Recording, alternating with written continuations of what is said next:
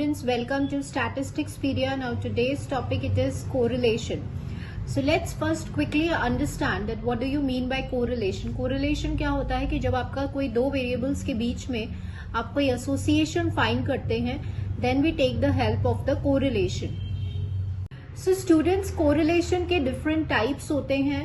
तो सबसे पहले जैसे we have a positive correlation and we have a negative correlation, जो डिपेंड करता है आपके डायरेक्शन पे कि अगर आपका राइजिंग ग्राफ अगर आपका राइजिंग टेंडेंसी में है तो पॉजिटिव कोरिलेशन, डिक्लाइनिंग टेंडेंसी में है डाउनवर्ड शो हो रहा है तो नेगेटिव कोरिलेशन. सिमिलरली आपका एक होता है simple, multiple and partial correlation जो डिपेंड करता है नंबर ऑफ वेरिएबल्स पे, एंड एक होता है लीनियर और नॉन लीनियर कोरिलेशन जो डिपेंड करता है आपके constant ratio of the change पर. सो ये मैंने ब्रीफली जो है वो बता दिया आपको. This is the most important types जो आपको पता होने चाहिए कि इसका जो क्लासिफिकेशन है वो किस तरह से होता है. सपोज आपकी वैल्यूज लाई कर रही है 0.75 से +1 के बीच में, तो high degree of positive correlation होगा.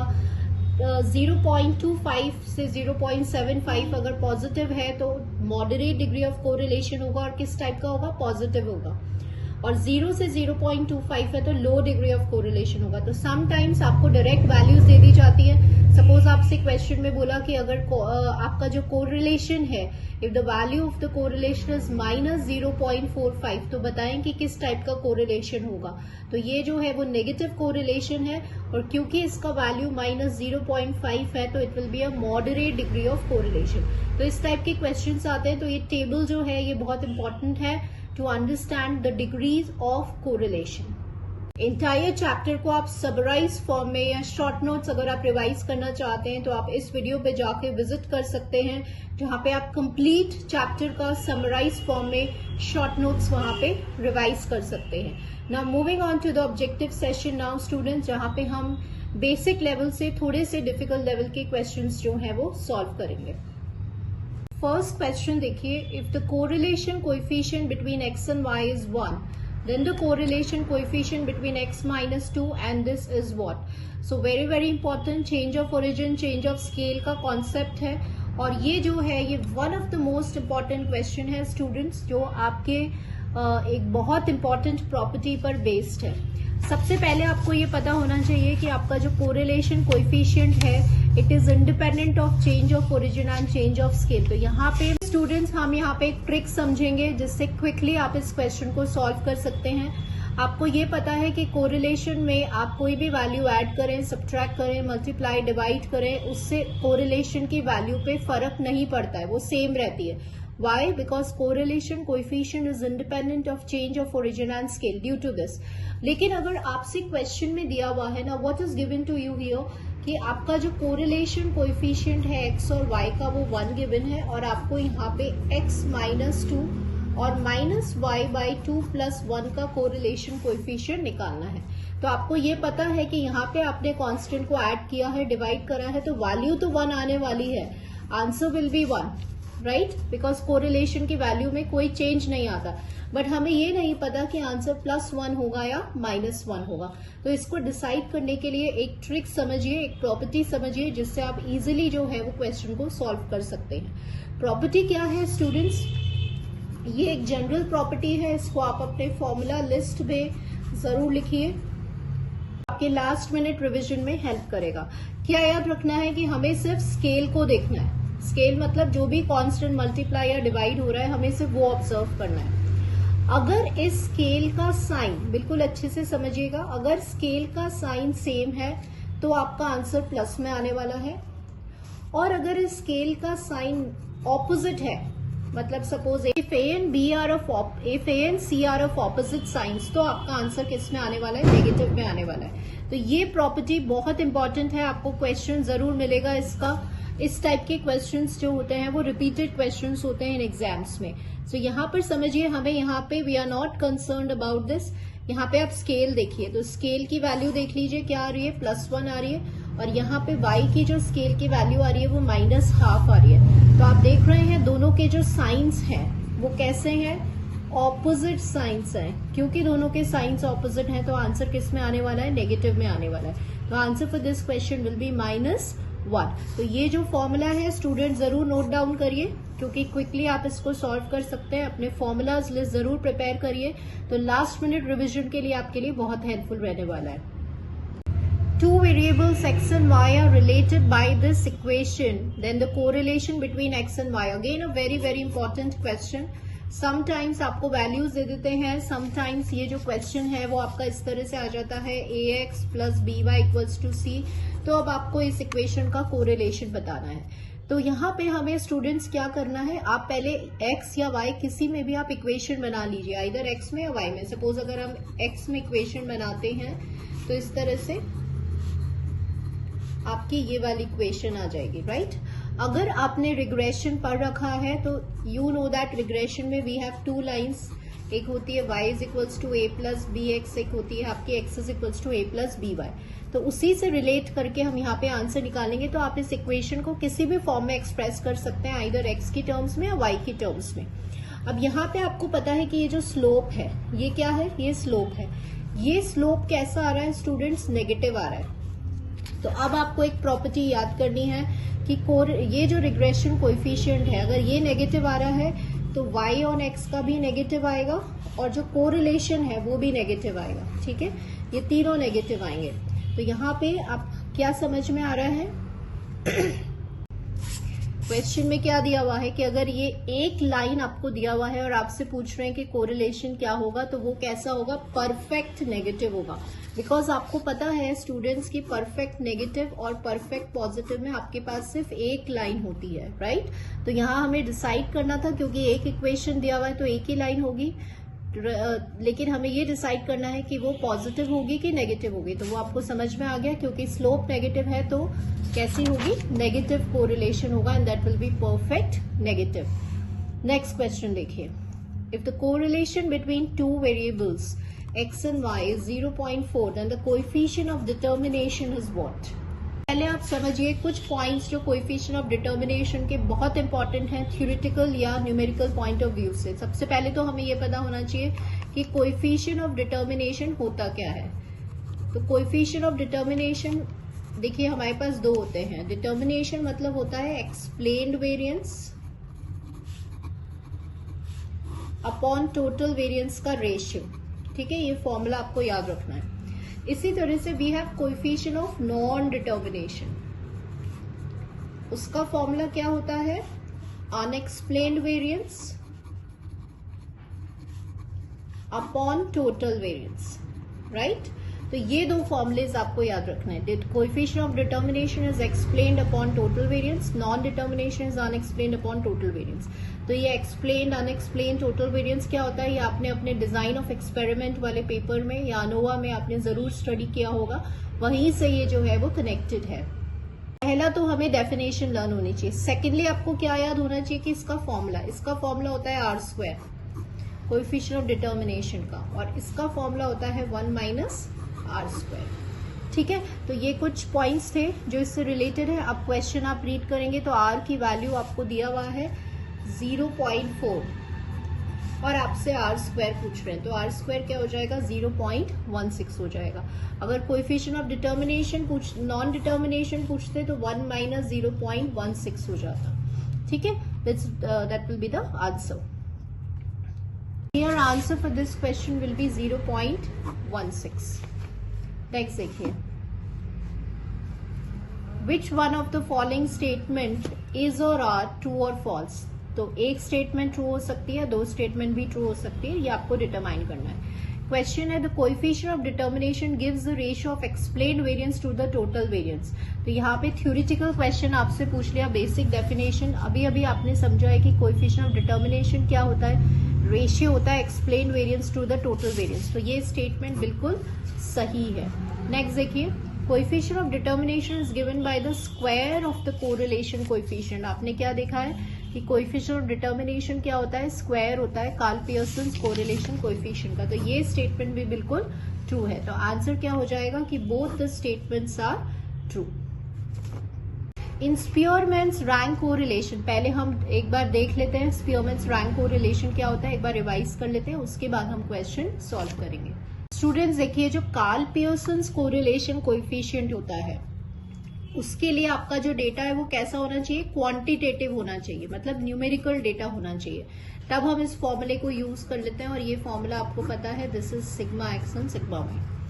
और स्पीयरमैन्स रैंक कोरिलेशन कब होता है, जब डेटा आपका क्वालिटेटिव होता है या एट्रीब्यूट्स के, उसका जो नेचर होता है डेटा का वो एट्रीब्यूट्स होता है या क्वालिटेटिव नेचर होता है, तब आप स्पीयरमैन्स रैंक कोरिलेशन यूज करते हैं। और वो जो फॉर्मूला होता है वो क्या होता है, 1 minus summation D square N into N square minus 1। इसमें ध्यान रखना है कि यहीं पर ये जो डिवाइड कर रहे हैं वो सिर्फ 6 पर होता है, ठीक है।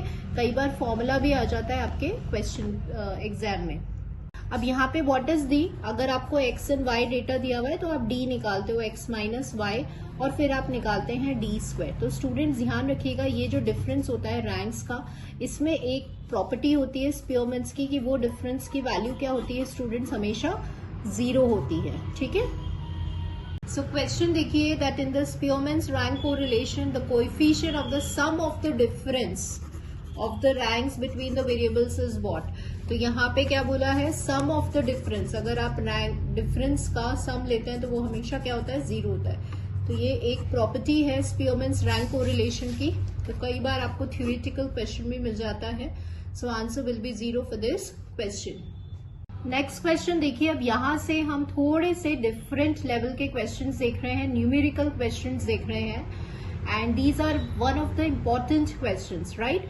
अब यहाँ पर देखिए, if X and Y be the two uncorrelated, uncorrelated मतलब उनके बीच में कोई कोरिलेशन नहीं है। अगर कोरिलेशन नहीं है तो आर की वैल्यू क्या हो जाएगी, 0 हो जाएगी।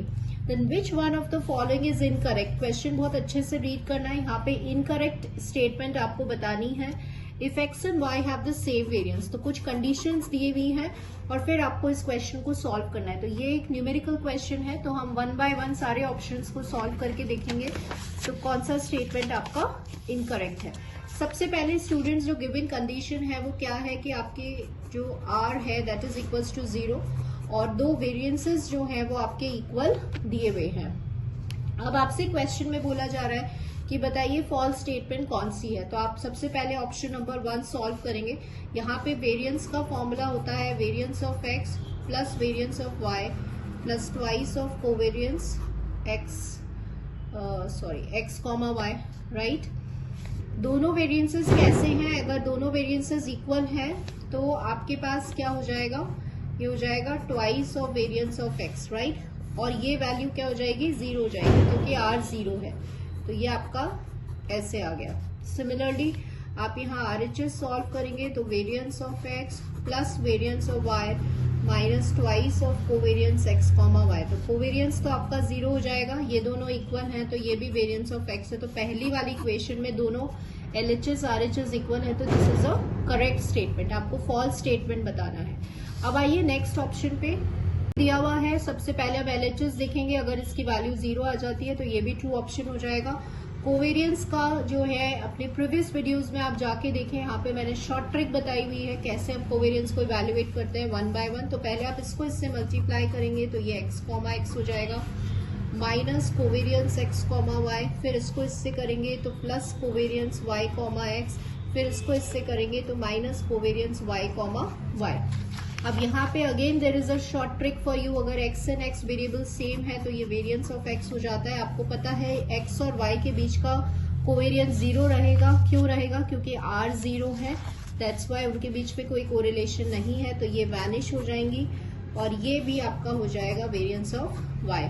क्योंकि आपके दोनों वेरिएंसेस कैसे हैं, क्वेश्चन में इक्वल हैं, तो इसका मतलब इसका वैल्यू हो जाएगा 0 which is equal to RHS। तो ये भी कैसी स्टेटमेंट हो गई, करेक्ट स्टेटमेंट हो गई। नेक्स्ट ऑप्शन क्या है आपका, सी वाला ये है। अब यहाँ पे आप कार्ल पियर्सन्स कोरिलेशन कोएफिशिएंट का फॉर्मूला लगाएंगे, वो होता है covariance X comma this thing upon under root में variance of X plus Y, ठीक है। तो वापस से हम अपना ये लिखेंगे तो आप इसको ऐसे लिख देंगे, प्लस यहाँ पे कोवेरिएंस एक्स कॉमा वाई हो जाएगा डिवाइडेड बाय ये root of variance of X, और ये आएगा आपका ऐसे आ जाएगा। ऐसा क्यों आएगा, क्योंकि जब आप फॉर्मूला लगाएंगे तो variance of X plus variance of Y plus twice of covariance X comma Y, ये इंडिपेंडेंट है मतलब 0 है, तो इसका फॉर्मूला ये हो जाएगा। क्योंकि दोनों वेरिएंसेस आपको इक्वल दे रखे हैं तो इसकी difference of variance of x, इसलिए हमने इसको ऐसे लिखा है। आपको मैंने बताया कि अगर वेरिएबल सेम है तो ये हो जाएगा आपका variance of x, covariance term आपका 0 है, और ये वाला टर्म आपका आ रहा है root of 10 into variance of X. तो आंसर क्या आ गया 1/√2 which is equal to your RHS। Students आपका सी वाला ऑप्शन भी कैसा है, करेक्ट है। तो अगर ये तीनों ही करेक्ट हैं तो फॉल्स स्टेटमेंट कौन सा होगा, ये हो जाएगा। तो once you will solve this false statement, अब आपको ये ट्राई करना है, बिल्कुल इसी मेथड से सॉल्व करना है। तो जब आप सॉल्व करेंगे तो इसका आंसर क्या आना चाहिए, -1/√2 आना चाहिए। तो इसीलिए ये एक फॉल्स स्टेटमेंट है। तो आप इसको जरूर ट्राई करें बाय यूजिंग दिस फॉर्मूला और देखें आपसे सॉल्व हो रहा है या नहीं। चेंज कहाँ पे आ रहा है, सिर्फ इस साइन में आ रहा है, यहाँ पे माइनस आएगा बस, और कोई इसमें कोई चेंज नहीं है। नेक्स्ट देखिए the correlation coefficient of this data. अब यहाँ पे कैलकुलेटिव क्वेश्चन है, आपको डेटा दिया हुआ है, कार्ल पियर्सन कोरिलेशन कोएफिशिएंट का फॉर्मूला लगाना है और वैल्यू निकालनी है। So let's solve this. सबसे पहले स्टूडेंट्स हम जो है वो correlation, Karl Pearson correlation coefficient का फॉर्मूला जो है वो रिवाइज कर लेते हैं, जो इसके डिफरेंट फॉर्म्स होते हैं। ये आपका डिफरेंट फॉर्म होता है, बट अगर आपको क्वेश्चन एक्स एंड वाई में गिवन है तो फिर आपको कोवेरियंस को एक्सपैंड करना होता है और ये फॉर्मूला आपको लर्न होना चाहिए। तो ये आपका कोवेरियंस का फॉर्मूला है इन टर्म्स ऑफ एक्सपेक्टेशन, और इसका फॉर्मूला होता है expectation of X square minus expectation of X का whole square. Similarly for Y. अब हम इसको कैसे लिख सकते हैं, summation X Y upon N. Expectation of X होता है X bar Y bar, similarly upon में इसको आप कैसे लिख सकते हो, summation X square by N minus mean का होल स्क्वायर, और ये हो गया summation Y square by N minus mean का होल स्क्वायर। तो ये हमारे पास फॉर्मूला होता है। तो जैसे यहाँ आपको एक्स और वाई का डेटा दिया हुआ है तो ये सारी वैल्यूज आपको कैलकुलेट करनी होगी। तो सबसे पहले हम यहाँ पे स्टूडेंट्स मीन का निकाल लेते हैं। तो समेशन ऑफ एक्स देख लीजिए, तो यहाँ पे जो समेशन ऑफ एक्स आने वाला है वो आपका आ रहा है 15। समेशन ऑफ वाई जो आने वाला है वो आपके पास आ रहा है 20। तो एक्स बार क्या हो जाएगा, मीन क्या हो जाएगा, 3 हो जाएगा, और वाई बार आपका 4 हो जाएगा।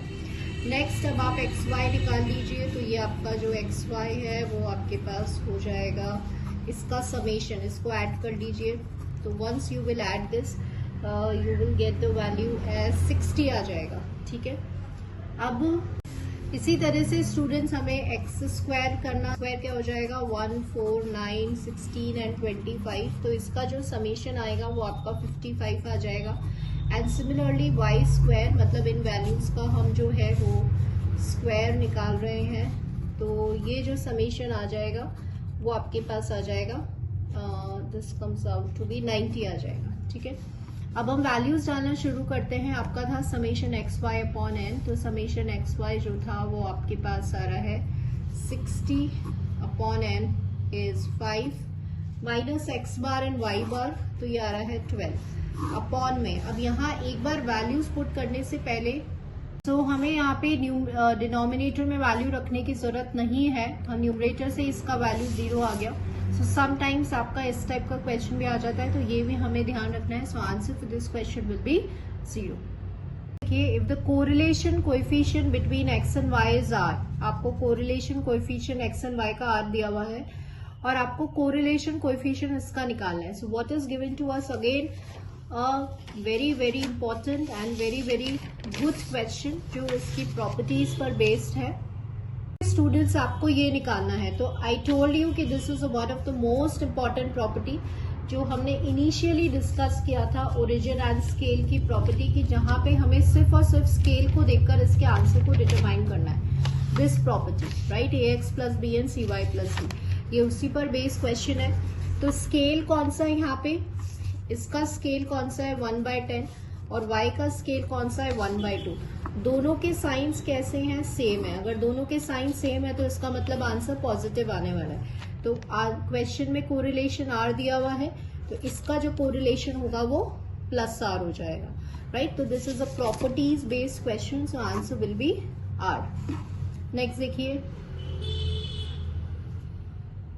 इफ वी मतलब variance of x plus y, variance of x minus y अगर इक्वल है तो हमें यहाँ पे कोरिलेशन की वैल्यू बतानी है। Again a properties based question. Variance of x plus y को आप कैसे लिख सकते हैं? Variance of x plus variance of y plus twice of covariance x comma y that is equals to x minus y. Again applying the property students. तो अगर हमें ये फॉर्मूला याद होगा हम तभी कर पाएंगे. सो यहाँ पे ये कैंसिल आउट हो जाएगा and once this covariance will move to this side this will become 4 times covariance x y is equals to 0. तो इसका मतलब कोवेरियंस 0 है तो आर की वैल्यू भी क्या हो जाएगी? 0 हो जाएगी. सो क्वेश्चन में दिया हुआ है correlation coefficient that will be 0. Next देखिए, now this is a good question. इसका लेवल जो है वो थोड़ा सा मॉडरेट लेवल का है. देखिए, the covariance of the two perfectly correlated, language बहुत अच्छे से ध्यान से पढ़ना है. टू परफेक्टली कोरिलेटेड वेरिएबल्स का कोवेरियंस आपको गिवन है 0.96. The value of the standard deviation of x if it is known that the variance of x and y are in this ratio. तो वेरिएंस जो है वो रेशियोज में expressed है. Are की वैल्यू भी दिया हुआ है, कोवेरियंस भी दिया हुआ है. आपको सिग्मा एक्स निकालना है, स्टैंडर्ड डेविएशन ऑफ एक्स निकालना है. तो just we write all these equations first. So students, यहाँ पे कहीं भी नहीं दिया हुआ है कि परफेक्टली पॉजिटिव मतलब वी ऑलवेज नो कि या तो +1 होगा या -1 होगा. क्वेश्चन में नहीं दिया हुआ है कि परफेक्ट पॉजिटिव कोरिलेशन है या परफेक्ट नेगेटिव कोरिलेशन है. पहला इंपॉर्टेंट पॉइंट जो हमें ध्यान रखना है. सेकेंडली, अब आप कोवेरियंस लिख लीजिए. कोवेरियंस क्या है? क्वेश्चन में 0.96 है और जो वेरियंसेस का रेशियो है sigma x square upon sigma y square वो आपका 4/9 गिवन है. सिग्मा एक्स की वैल्यू निकालनी है. अब यहाँ से एक प्रॉपर्टी आप और अच्छे से समझिए दैट आर जो होता है ना वो होता है आपका covariance x comma y divided by sigma x and sigma y, right. ये तो हमेशा पॉजिटिव रहता है. तो अब आपको समझ में आया कि आर एंड कोवेरियंस जो होते हैं दे आर इंटरकनेक्टेड. अगर ये पॉजिटिव है तो ये पॉजिटिव रहेगा, अगर ये नेगेटिव है तो ये नेगेटिव रहेगा. तो क्वेश्चन में आपको कोवेरियंस कैसा गिवन है? पॉजिटिव गिवन है. तो यहाँ से आप क्या इंप्लाई करेंगे कि आर की वैल्यू क्या होगी? +1 होगी. तो ये एक इंपॉर्टेंट पॉइंट है जो हमें समझना है. Now we will simply apply this formula. R की वैल्यू +1 है, कोवेरियंस 0.96 है, सिग्मा एक्स सिग्मा वाई तो आपको रेशियो दिया हुआ है सिग्मा एक्स सिग्मा वाई 2/3 हो जाएगा. तो यहाँ पे आप सिग्मा वाई की वैल्यू निकाल दीजिए. सिग्मा वाई की वैल्यू क्या हो जाएगी स्टूडेंट्स? 3/2 सिग्मा एक्स हो जाएगी. ठीक है, तो ये हो जाएगा 3/2 sigma x square is equals to 0.96. तो sigma x square 2/3 and this will be your 12, 18, 19, 1.9 this thing and so यहाँ पे जब आप सॉल्व करेंगे 3 6 18 and 3 4.64 आ रहा है, राइट. तो ये तो आपका वेरिएंस आ रहा है, ध्यान रखिएगा. ये भी ऑप्शन में मिलेगा आपको, राइट. समटाइम्स ये ऑप्शन में मिल जाता है 0.64 भी. तो हमें तो सिग्मा एक्स निकालना है which is 0.8. So answer for this question will be 0.8. So this is a very good question in terms of language क्योंकि यहाँ पे आपको simple terms में perfectly correlated बन गया. तो ये प्रॉपर्टी ध्यान रखिएगा कि इनके जो साइंस हैं वो इंटरकनेक्टेड होते हैं, इंटरलिंक्ड होते हैं, right. So this is we have discussed the correlation questions right from basic to moderate level as well as the numerical questions. Complete theory जानने के लिए और भी मल्टीपल क्वेश्चंस प्रैक्टिस करने के लिए आप इस वीडियो पे जाकर जरूर विजिट करें. वहां पे और डिफरेंट टाइप के क्वेश्चंस जो हैं वो आप प्रैक्टिस कर सकते हैं. नेक्स्ट टॉपिक जो है वो रिग्रेशन रहेगा. अगर कोई टॉपिक आप समझना चाहते हैं and if you have any query then do comment me. So thank you students for watching this video.